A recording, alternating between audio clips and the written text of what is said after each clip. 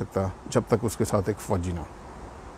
और जिस दिन मार्शल लॉ लगाना हो, और पाकिस्तान में जितने मार्शल लॉ लगे हैं वो 111 ब्रिगेड से लगते हैं, क्योंकि सिविलियन लीडरशिप की जो सबसे पहला टॉप ऑफ द पिरामिड पे जो इशू है वो ये है कि आपकी आवाम के जो नुमाइंदा इलेक्ट करती है वो हॉस्टेज होता है टू द मिलिट्री। और उसकी वजह 111 ब्रिगेड है, क्योंकि पाकिस्तान में सिविलियन लीडरशिप की प्रोटेक्शन के लिए कोई अदारा नहीं बनाया गया, और जो एक अदारा है वो फ़ौज की 111 ब्रिगेड है। सो यही शख्स बादशाह की हिफाजत कर रहा, सो वो अपने मुहाफ़िज़ से डरता है।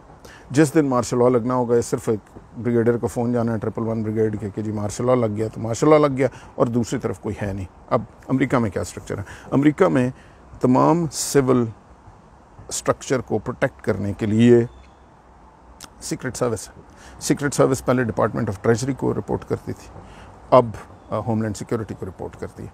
सीक्रेट सर्विस जो है $multi-billion ट्रेंड है, टोटल सिविलियंस हैं, लेटेस्ट वेपन है, एयरफोर्स 1 से लेके उनकी जो प्रेसिडेंट की गाड़ी है, जो उसके साइलोज हैं, जो उसकी बीवी बच्चे, हर शख्स को प्रोटेक्ट सीक्रेट सर्विस करती है।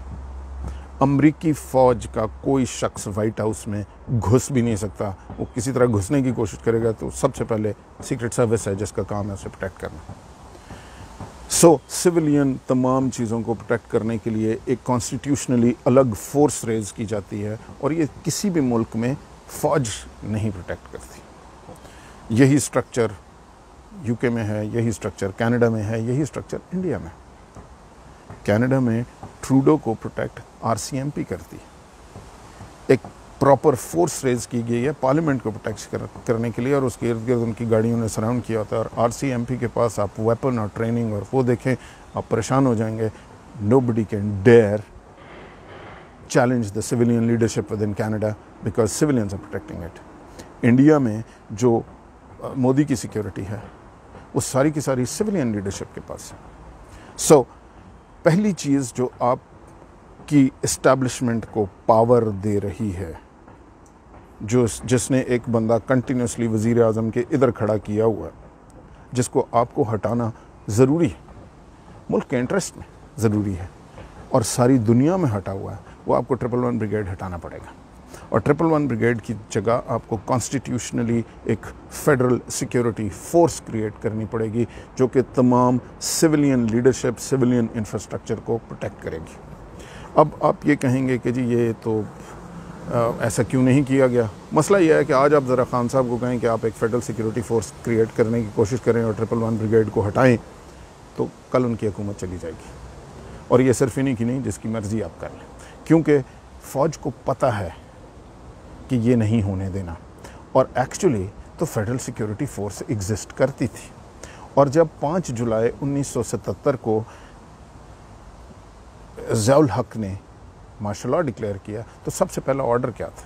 सबसे पहला ऑर्डर फेडरल सिक्योरिटी फोर्स को डिसबैंड किया गया, ख़त्म कर दिया गया। बड़ी इंटरेस्टिंग है।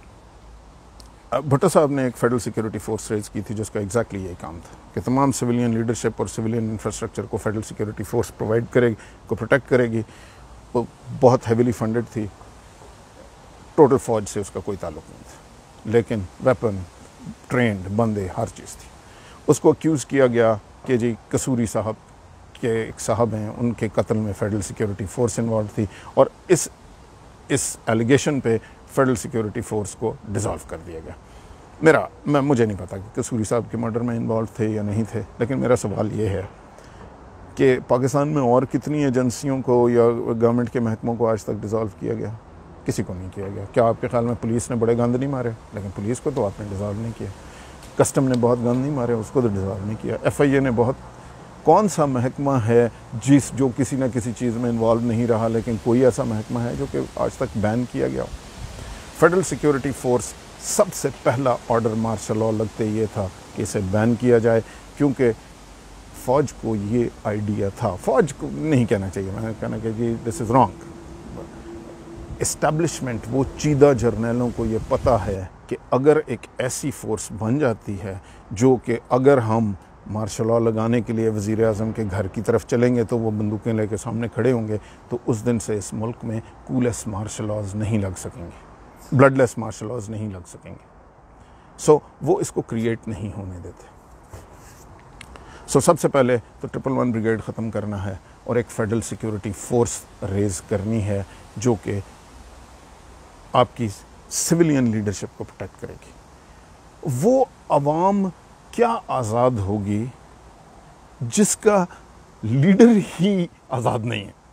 सो आपको अपने लीडर को तो पहले आज़ाद कर लें, फिर वो मुल्क की बेहतरी के लिए शायद फैसले कर सके, फिर आपको जवाब दे होगा। So army chief, 111 brigade, then we come to the inter services intelligence, next director inter services intelligence.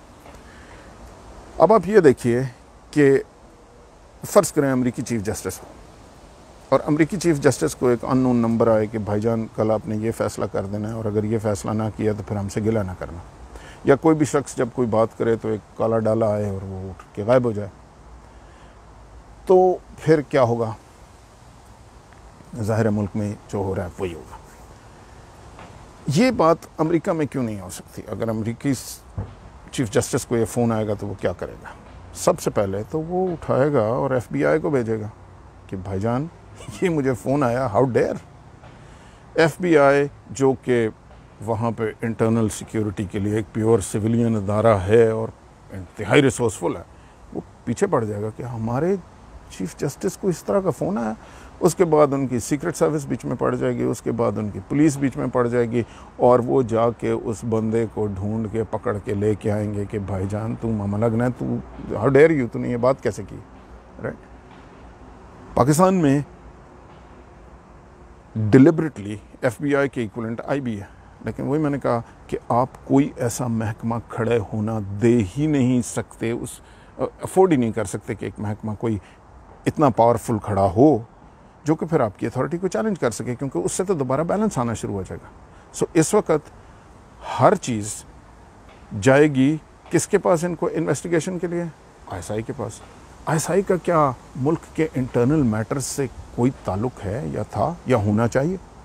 नहीं होना चाहिए। ये काम IB पावरफुल होनी चाहिए, FBI के इक्वलेंट उसे होना चाहिए। ISI का इक्वलेंट तो CIA है, इसका इक्वलेंट तो रॉ है। क्या CIA फौजी महकमा है? क्या उसका हेड लेफ्टिनेंट जनरल होता है, मेजर जनरल होता है? क्या उसमें फौजी काम कर रहे होते हैं? नहीं, तो नहीं होता। इंडिया की जो रॉ है, क्या उसका हेड कोई फौजी है? नहीं है, IG पुलिस है। उसके जितने अंदर ऑपरेटिव्स काम कर रहे हैं वो पुलिस वाले काम कर रहे हैं या फॉरेन ऑफिस वाले काम कर रहे हैं। देखिए, इसका एक बैकग्राउंड है। जितनी भी इंटेलिजेंस एजेंसीज होती हैं उनका क्या काम होता है और ये कहाँ से बनी है? इनका काम ये होता है, CIA का काम है अमरीकी इंटरेस्ट को इंटरनेशनली वॉच करना। जहाँ उन्हें लगे कि इस मुल्क में अगर ये हुकूमत आ गई या ये हो गया तो हमारे लिए, अमेरिका के लिए इंटरेस्ट में नहीं है, तो वो उस मुल्क में ऑपरेट करेंगे, वहाँ से उसे राज छीनें, उसकी इकॉनमी तबाह करें, उस मुल्क में जो मर्ज़ी करें, वो करके अमेरिका के इंटरेस्ट को प्रोटेक्ट करेंगे। सो बेसिकली आपकी जितनी CIA है वो मुल्क से बाहर ऑपरेट कर रही होती है, अमरीकी इंटरेस्ट को वॉच आउट कर रही होती है, उसके लिए जासूसी कर रही होती है, उसके लिए जो उन्हें करना करे, बंदे मारे, जो मर्जी करे करती है, लेकिन मुल्क से बाहर, मुल्क के अंदर नहीं। Crime fighting within the United States is not the role of CIA। और चूंकि इन्होंने मुल्क से बाहर अमेरिकन इंटरेस्ट को वॉच आउट करना है, तो टिपिकली इनकी लीडरशिप फॉरेन सर्विस से आ रही होती है।